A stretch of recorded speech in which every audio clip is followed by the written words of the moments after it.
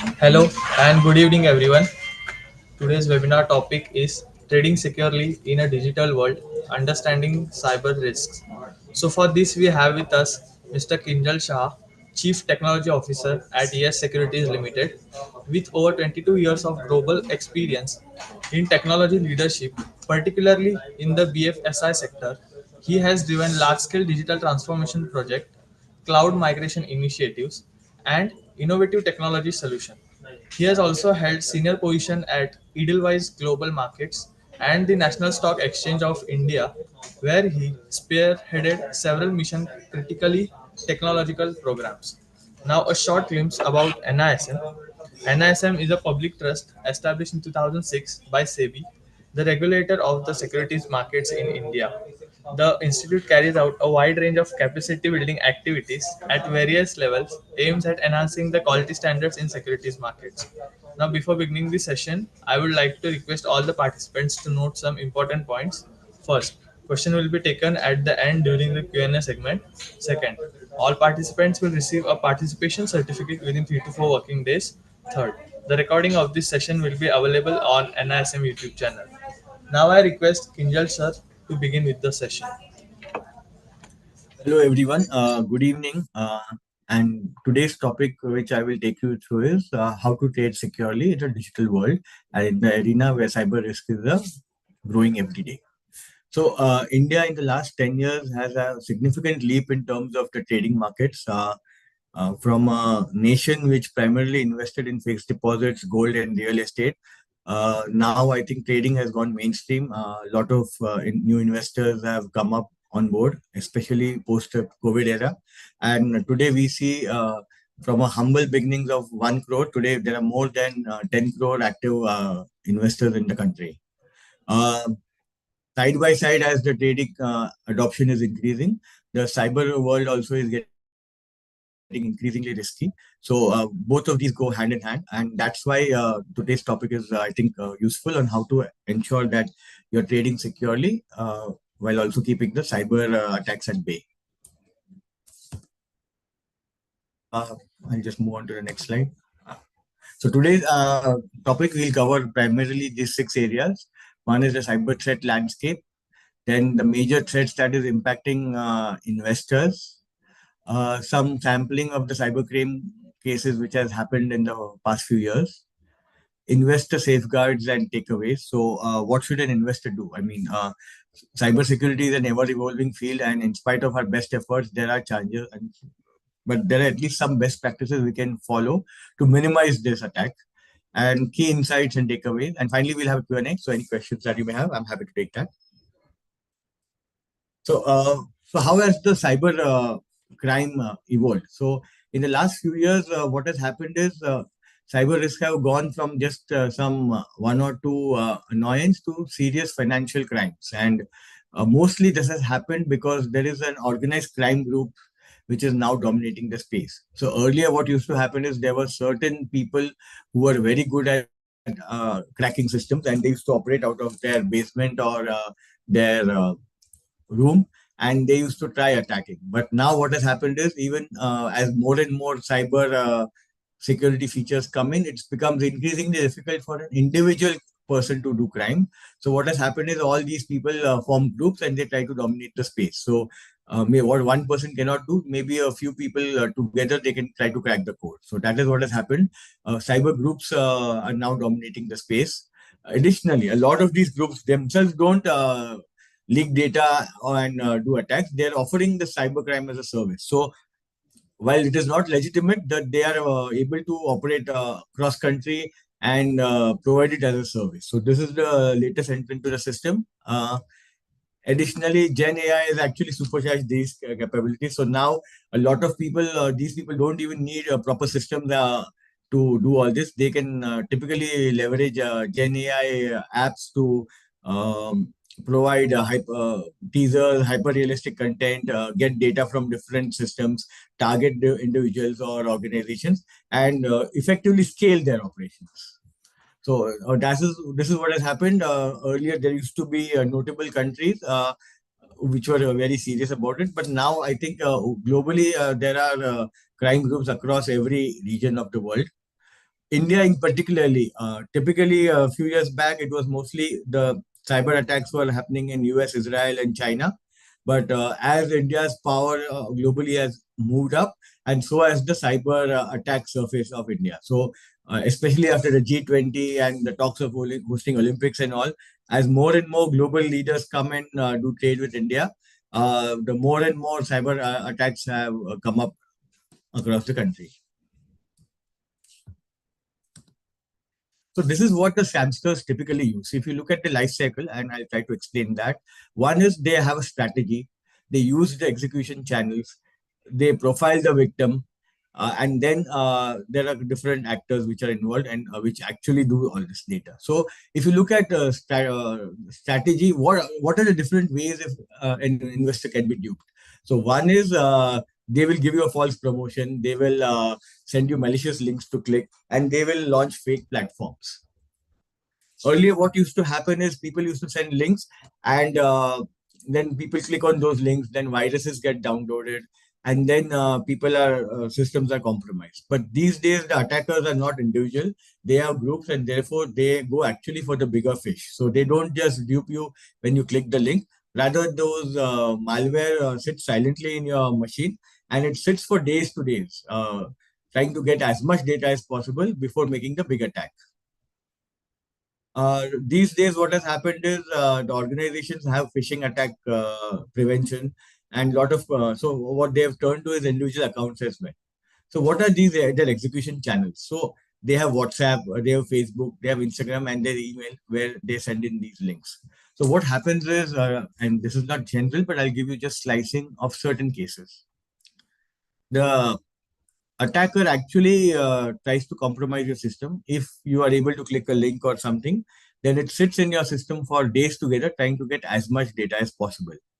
Now, I'll just give you one example of how the investor is tricked, and this is not necessarily for the trading, but it is happening in other arenas as well. So they can get your data in LinkedIn or Facebook or Insta. So typically, when you go into LinkedIn or Facebook or somewhere, when someone sends you a friend request, most of the times people do accept that. And with that, they get access to your name, your demographics, your email, phone number. A lot of people have a lot of information, your location because of the photos that you have clicked and all. So they get a lot of information about you. And then they use WhatsApp, Facebook, Instagram, and email. They use these channels to reach out to you. In case you click on something, then they actually sit in your system, and then they start collecting data. So typically, what may happen is they have found something like your username for Swiggy or Zomato, but that is not too much of a kill, right? Maybe they'll get a free meal. They don't look at that. Their primary access is your bank account or your trading account. So they wait and they send you emails saying that we've found that your password is compromised in this food platform. So can you check? And when you click on that, because that's an actual data that they've got. So then you go and click on something, and then they try to access your trading or bank account. So that is how it is working. And then they send you promotions as well. So now they've found that you have a trading account. They will send you a promotion saying, this is what we have. You can invest with us. So then they will try to get you trick into that, try to make you an investment, and all those things work fine until you try to withdraw funds. The moment you start withdrawing, then the app or something stops working, and then how you realize you've lost funds. So there are scam operators who are typically involved, because once you make the payment to the funds, these funds are sent cross wired across different countries to the end user. So maybe someone sitting in an African nation is collecting this money. So there are criminals and intermediaries who actually help facilitate do that, move from one bank account to another bank account, and sometimes the money changes hands almost at 200 places before it reaches the destination. And as in more and more, what people have been finding is they don't sell an individual account or something. If you look at the dark web, a lot of people gather data about a lot of customers, and they try to sell you it as a data set. So you are free to buy that, purchase that, and then you can go and attack these victims or individuals and try to make them a victim. So some real-time cyber events which have happened is uh, so. what has happened is Mumbai cyber police bust a share trading scam, woman duped of over 27 lakhs. So what happens is like you get an invite to join a trading app saying that this is what you will get. And then what happens is they take help of AI and take a photo of a person and make it look like he's the chief investment officer of a particular trading app, and then they do an advertise and send a mobile app. Some people they download the app. After that, they are given some tips wherein they invest their money, and then they are shown false returns. So while the actual return may not be that lucrative, but the app itself shows you that you've invested say 10,000, and then you are shown a profit of say 10,000. So it's almost 100% profit. While actual returns may be nowhere near this, but the app continues to show you that. So at this, you're doing it once or twice. So slowly they get your trust, and then they ask you to invest in some IPOs and all, and then they send you a link to make the payment. But the link is not within the app; it is a different link. And when people actually send the money, they are showing up in the app, and you will be very surprised to know that these victims are actually well-educated people. So it's not like someone who's not aware, but typically they target people who are well-educated, and they build trust in that, and then they try to uh, get money from that. This money is no longer in the trading account that is shown. It is actually in some other country already reached, and now many of people they break their FDs and try to invest a big amount. And once you invest a big account, that is when the account stops. The moment you try to do a withdrawal, that is when they actually go bust. And their investment platforms are actually not. There is a small difference. So they'll give you the link of all established brokers, but there'll be a small change in the link and the APK, which people don't realize. And that is how they make money. So they are not telling that they are a new firm. They actually bank on well-established names to make you do the trade. But the link of the app or the link of the web is actually just slightly different, maybe one or two letters, but that makes all the difference because it lands on their system and not the established broker under whose name they are canvassing business. Similarly, there have been people arrested for stock trading and investment advice. So they have been giving all kinds of advice and actually making showing fake returns, fake investments, and fake past stock traders, which all lure people into this. There are both fear. They use both fear and greed for this. They give greed to the people who are earning well and are doing well in their life. They show the greed of doubling or tripling their money, and they show the fear of missing out of the stock market for the senior citizens. And because their cyber awareness may be less, they use systems to dupe them as well. So I think the third one which shows the picture is there were 6 people held in Tamil Nadu for duping a man of rupees 14 crore. So because they promised a 500% return. So and they showed the advice of crypto transactions. So that's how people have been making money. Sometimes they show you that there are professors at Harvard and MIT who are actually giving stock trading advice, and they will let you turn millionaire by making 100% on each of their returns. But you have to understand something. If even if you are promised 30% return every day, over 30 days you will convert maybe 1,000 rupees into 1 crore. So these are all get rich quick schemes, and more often than not, they are actually meant to dupe people. So be careful. So real world crime example, like I told you, there are completely fraudulent trading apps. They claim that they have AI driven research and they have a 90% success in trading and mutual funds. Once you subscribe to these or you click on the links or something, then they distribute their apps. They show you fabricated returns. Their investments are successful, but anytime you try a withdrawal, that is when the scam gets revealed. Investors have lost almost 3.3 crores in single instances as well. And this is not just one broker. There have been cases with many of these brokers. There are cases filed in the police stations by the hundreds because many people have been duped.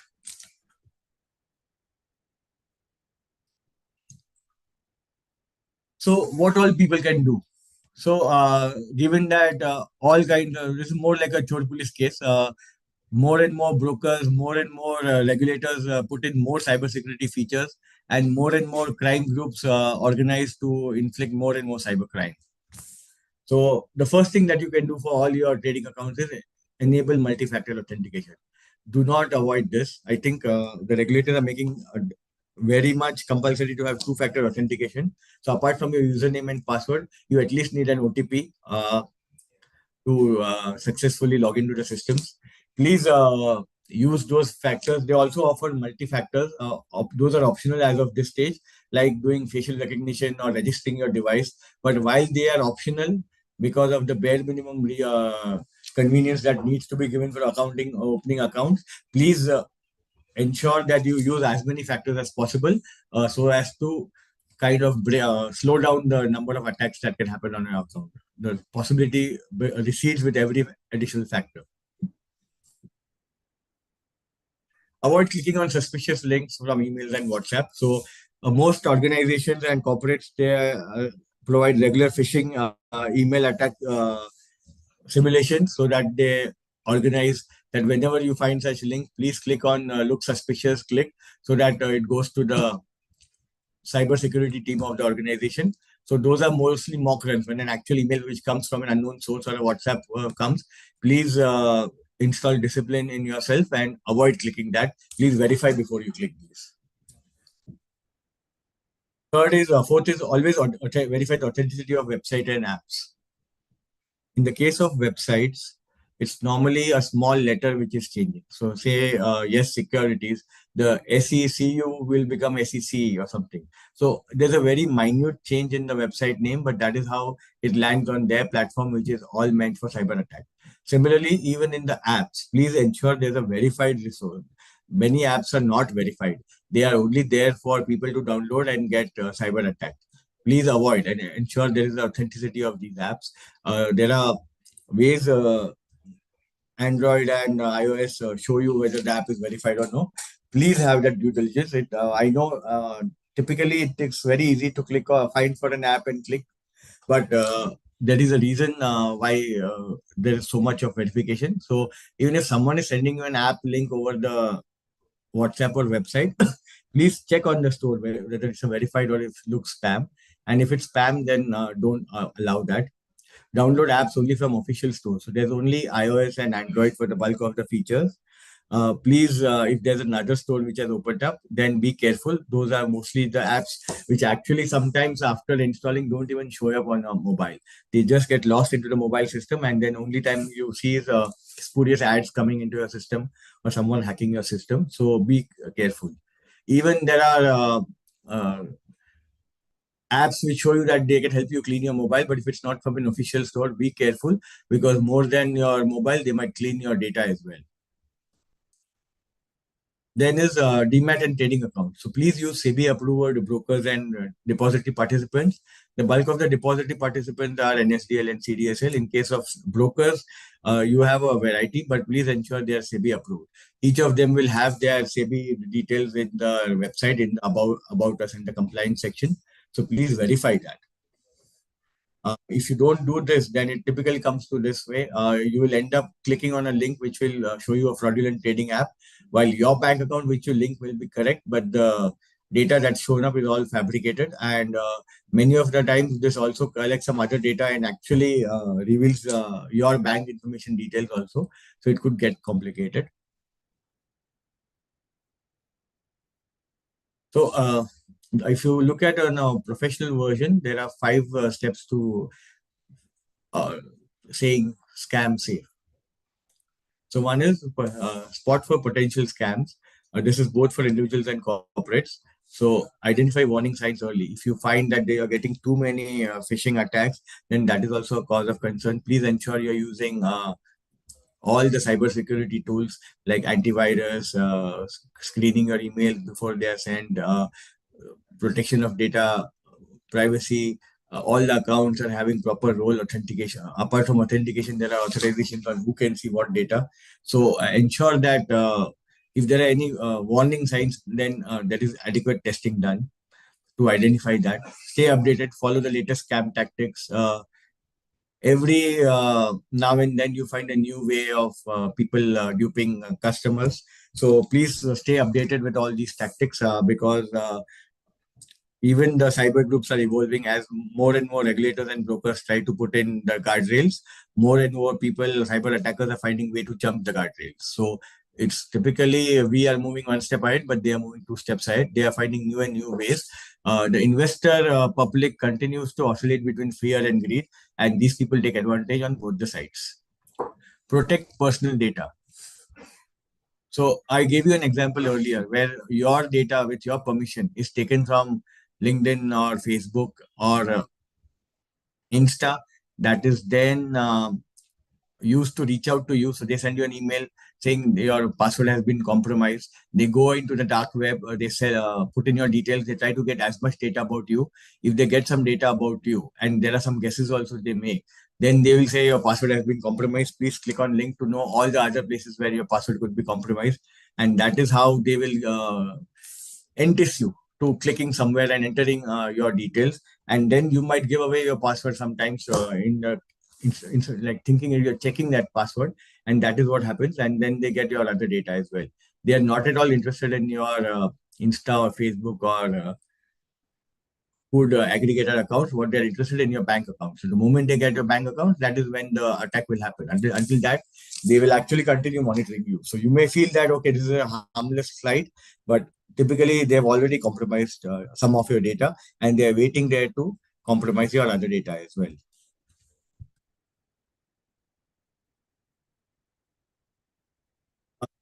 Everyone is on Insta, Facebook, LinkedIn, but please try and limit the amount of data that you are sharing.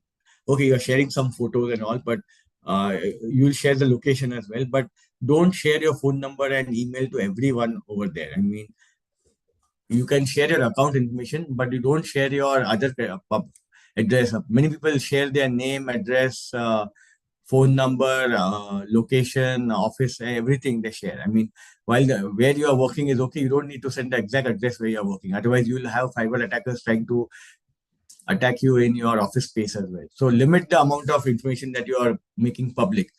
Every post that you are posting, please see if you are actually wanting everyone to know or just your friends, because a lot of these have privacy details of just you and some people, or you and your friends, or your friends of friends, or everyone. So there are posts which you apply to everyone, and there are posts which you do only for yourself. So please keep privacy. Privacy is in actually your hands more than other people. So please be careful. Safeguard your finances, keep your money and assets protected at all times. Regularly check your bank accounts to ensure there are no cyber attacks, phishing attacks. Please ensure you're not sharing that password across, or you're not sharing OTPs. That is how investors give you a call. So typically you get a call from a bank saying your bank account KYC. So re-KYC is a common feature. Everyone needs to do their re-KYCs every 2 or 4 years, depending on the bank. And typically, you get a call that your bank account is frozen and you need to provide an OTP to unfreeze it. But what actually they've got a hold of is their bank account number, and now they're trying to do a password reset. They will use your OTP against you only. So safeguard your money and assets. Don't send this to across the other places. Don't send your passwords and everything. And exercise vigilance. Be alert every time you are providing a PIN or you are scanning your credit card in public places. Don't use public Wi-Fi. Try to avoid that because that is where many of the attacks happen. They actually sniff data across the open internet to gather as much data. These data are then made into parcels and available on dark web for selling. And then that is how organized crime has become more dangerous, because now they actually wait for a long time and collect as much data about you before they can actually start monetizing it. So limit your personal information and keep your financial assets protected, and still remain alert because things can go wrong. Lessons and best practices. So scammers exploit investor trust through advanced tactics. Either they use greed or fear. Initially, they are very nice. They help you set up an account. They help you go out of their way, and they make your transaction smooth. But must first thing, once they've developed trust in you, that is when they go and attack. social media is the most common ground for hunting. LinkedIn, Insta, Facebook, Snapchat, anywhere you go, all the data that you have, please remember that someone is using that data. Even for apps that show you how you will look today versus how you look at 60 and the progression, they're actually looking at your face, they're collecting that data. They're not only trying to improve their algorithm, they're also looking at how you will look in a few years and see and whether they can use this data and monetize it at a later end. AI is amplifying the reach and believability.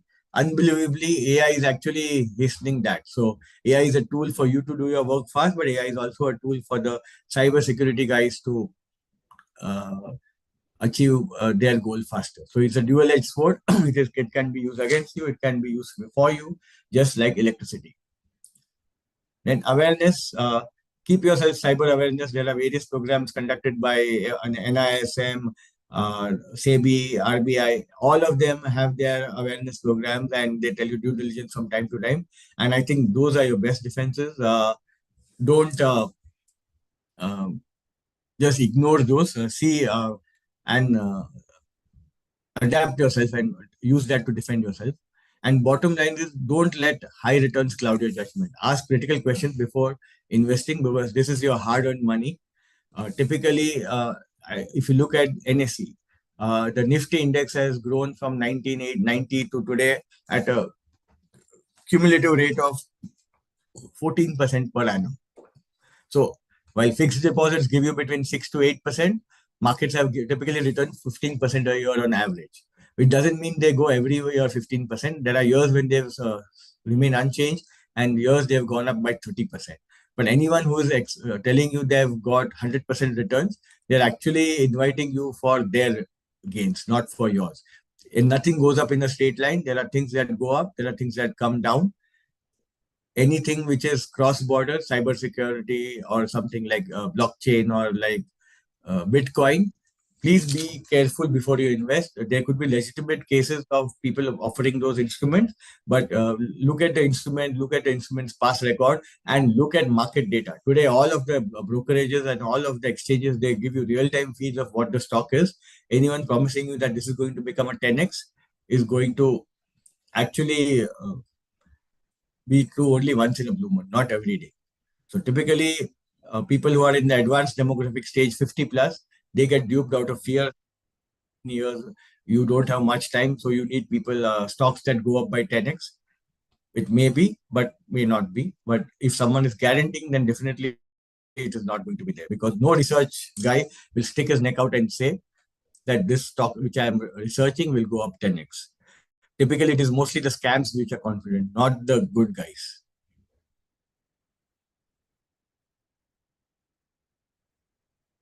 Thank you. I think we can take some questions before we wrap up.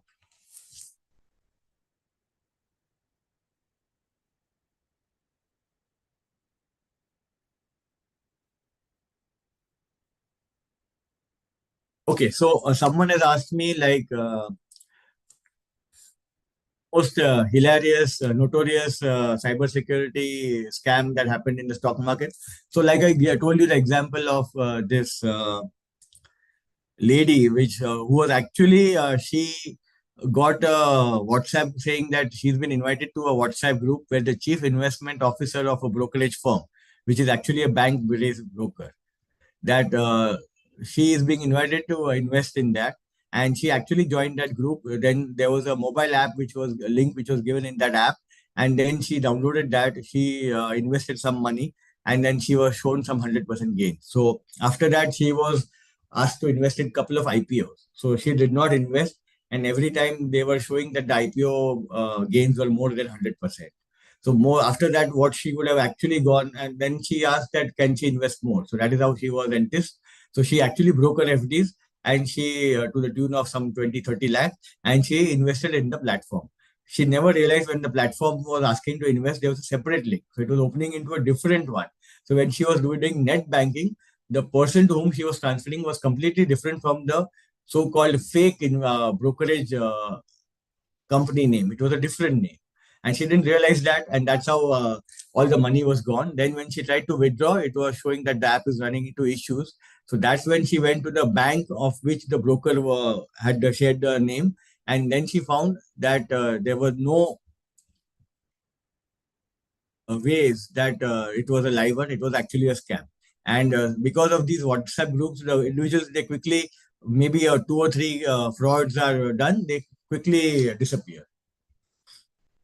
Remedies after being scammed. What to do if you have already trapped? Yes. So there is a Chakshu portal. So very good point. Chakshu portal is by the government itself.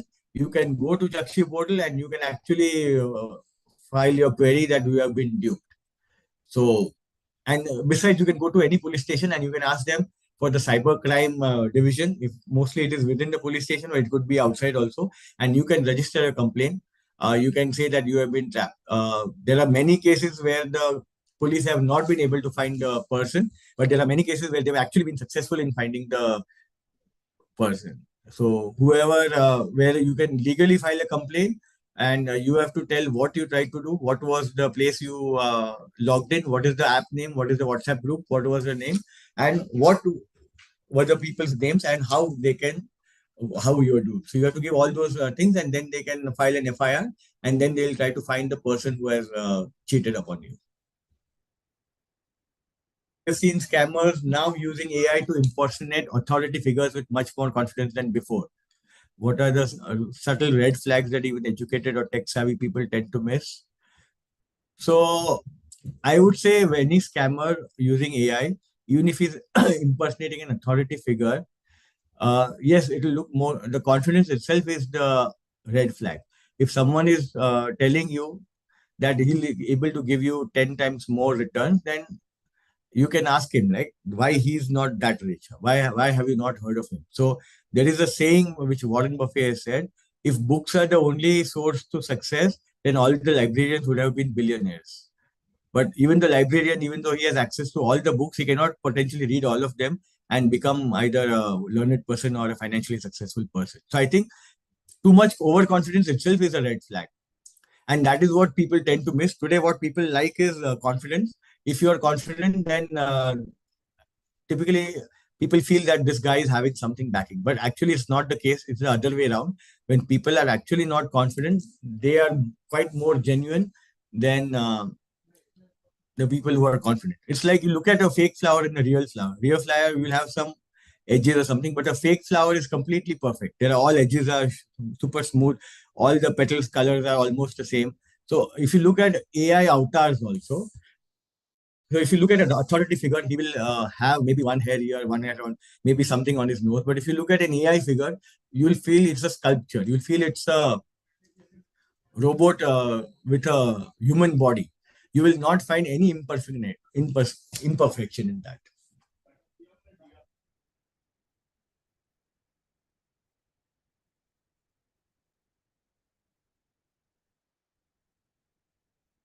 There have been instances across the border where people have also said that we can give you research and all, and they give some research stocks and all, and that's how pump and dump scheme. So I think the first question was two incidents. I give you one. Second is people tell you that invest in these five stocks and that is how you'll make money.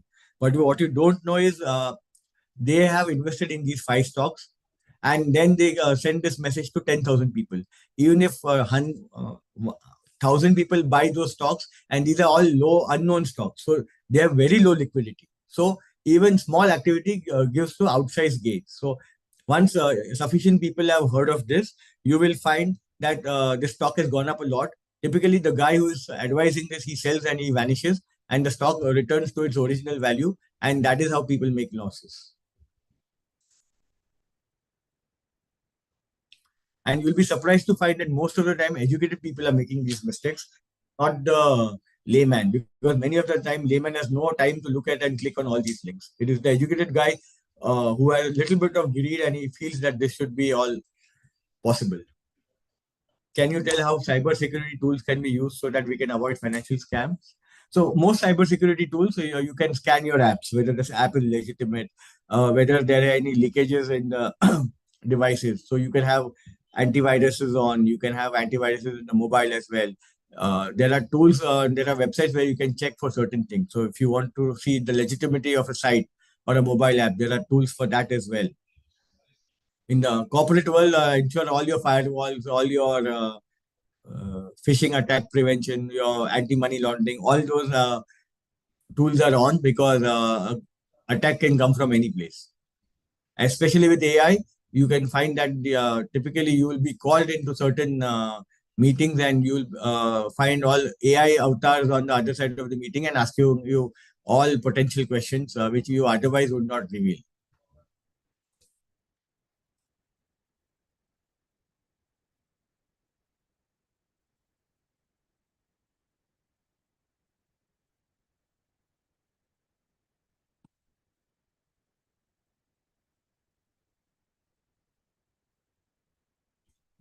Okay, there are some webinar chats as well, sir.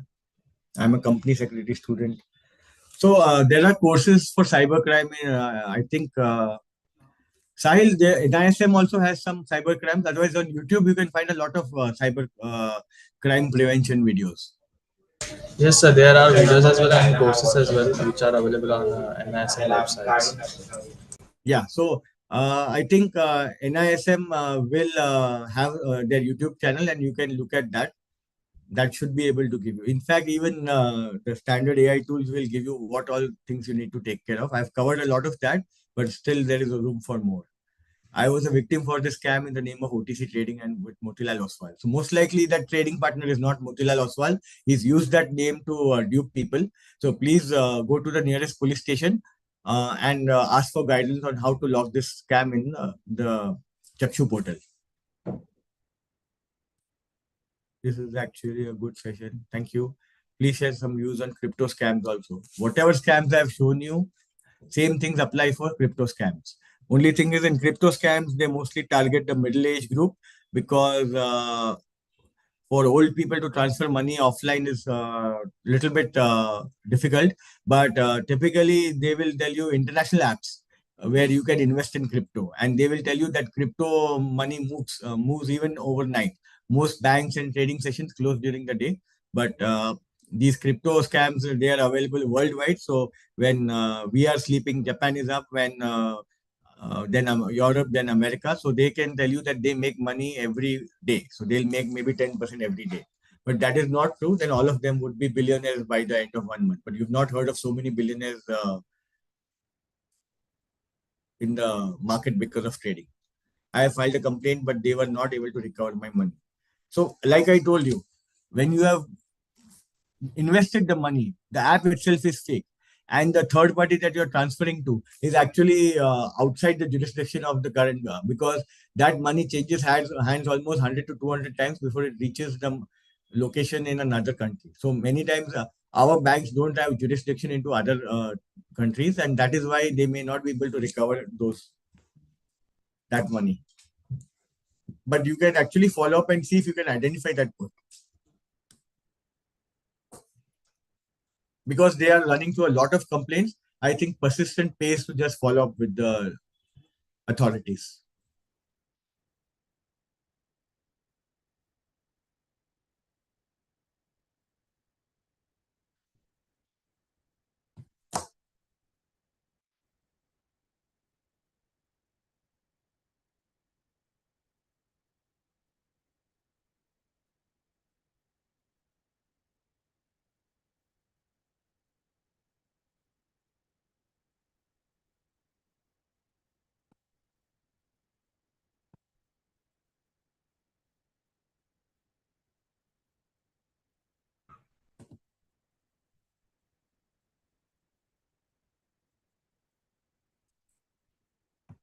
Okay, Sahil, any more questions? So there are questions in chat box as well. Yeah, I've answered both. So let me know if anyone else has. I've covered both. We'll wait for a few minutes for people to post. Yes, sir. We will wait for a few minutes. If there is no, then we can end, I think.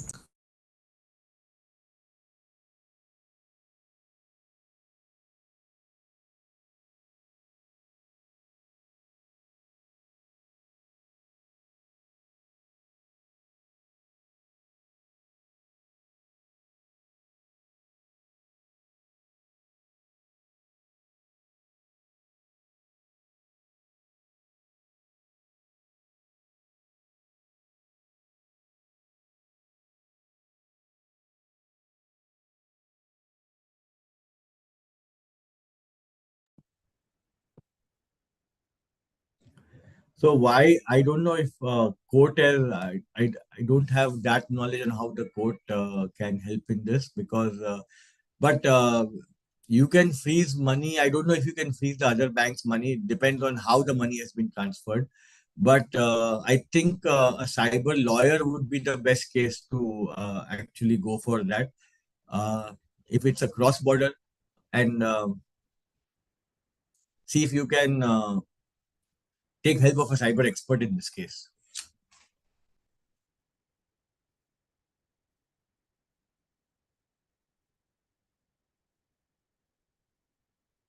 I think you would have to call a cyber expert who can see if, what is the money trail that was happening and which area is gone. If the Indian government has good relations with the other country, then you might be able to get a part of it. Or if the scamster is in India only, then maybe we can catch them, and then that is how you can try to recover something. But typically, once a fraud happens, please ensure you are. I don't think you need to pay anyone other than the lawyer, but typically you can go to cyber experts. I think there are many people who uh, actually help out. Also, there are NGOs also who help with cyber crime. So you can try to approach one of these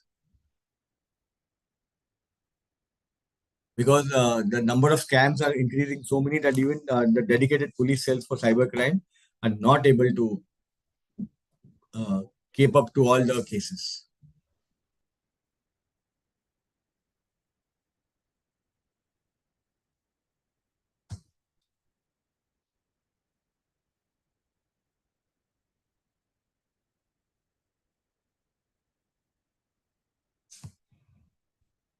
So can you name some potential scams that can happen in future in stock market? So future I don't know, but today there are many people who are actually doing fake research and they are inducing you to invest in stock market, building your trust and getting that money. Tomorrow potentially they may actually today they are inviting fake groups. Tomorrow they may tell you that they can have insider trading as well, and they can connect you to potential buyers and make money. So there, this scam could reach another level where a fake exchange can also come into place. You never know.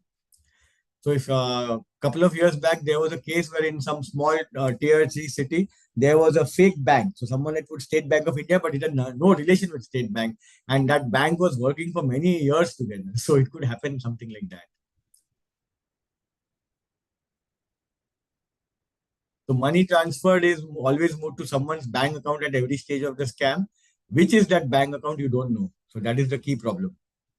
Is it a bank in India, bank somewhere else? So two or three places when the bank has moved, the final money, I'm not sure where it goes. So that is why it is not possible to find 100% because all the banks are shell accounts. Ultimately, it goes to a different bank.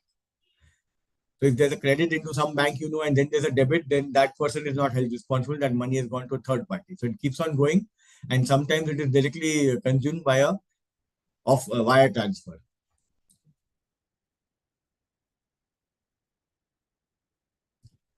So how cybersecurity can help mitigate financial fraud in securities market? So a lot of financial frauds are covered by the surveillance team as well as cybersecurity. So investor has to always ensure that he's using a proper device, he's using proper app, he's using proper trading channels. These are vigilant with his bank accounts. As far as financial markets are concerned, people are using cyber to attack the brokers and the exchanges also. So they are potentially trying to get your data and then play with it. So that is how they do, and that is why cybersecurity becomes very important because once a customer's bank PAN number, Aadhaar credentials are stolen, then people can misuse like anything. With so many fake trading apps and platform being promoted, is there a one-stop official list where investors can check which the platform is SEBI approved or no? Yes, you can go to SEBI website for list of brokers. You can look at the brokers link also, whether whatever address is there. You can go to Google and put the broker's name. You can see if that address headquarters is matching with what the platform is showing. So there are just I would say whatever fake app or website is there, just take that link and put it on another browser and search for it. You will find out whether it is valid or not.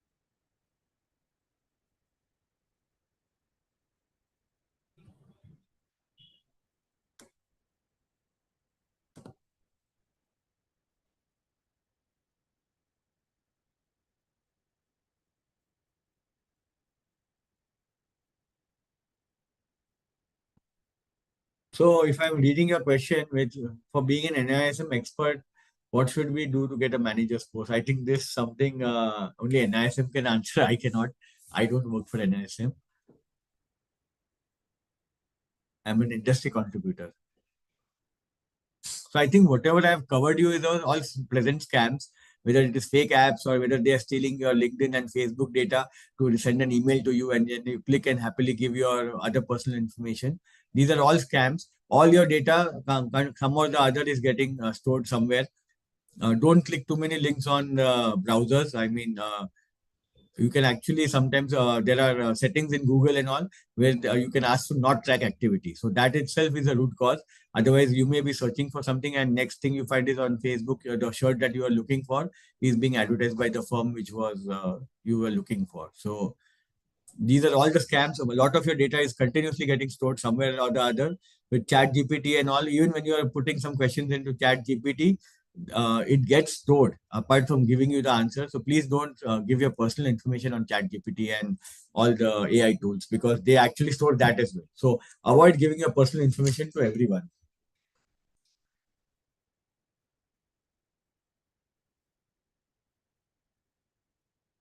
The scams which I have covered have mostly happened in the last 1 year. Both iOS and Android have their own pits and downs. iOS is more safer, but it is only safe if you have all the settings. Otherwise, if you keep allow to everyone every app to track every, there are many apps which will ask you for your contact information and location at all times. You can say, oh, location only allowed during one time or during when the app is up. Do not allow for any setting which is continuously be up 24/7. Otherwise, it will continuously track your activity. iOS is perceived to be more safe than Android, but once you can go to Google and put on your settings on how much you want to share information, and even Android can be made safe.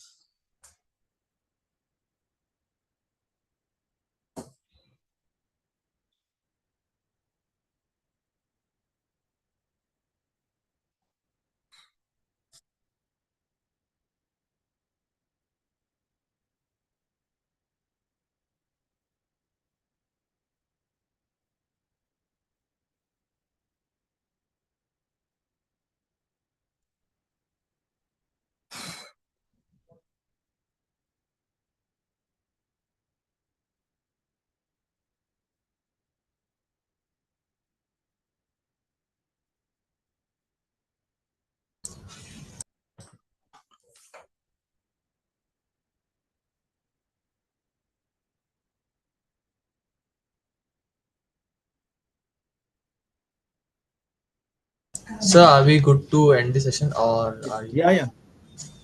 I was just waiting for you. So thank you, everyone. Yeah. Yeah, thank you so much, sir. I would like to extend Thank our you. thanks and Thank you. given your time and knowledge. Share your time and Thank knowledge you, with everyone. us. Yeah, thank you so much, sir. Again, for your time. If there are any questions, you can reach out to NISM and they can pass it to me. I'll answer that if something is not covered. Okay. Yes, sir. Yes, sir. Sure, we will do that. Yeah. Thank you again, sir, for your time and knowledge.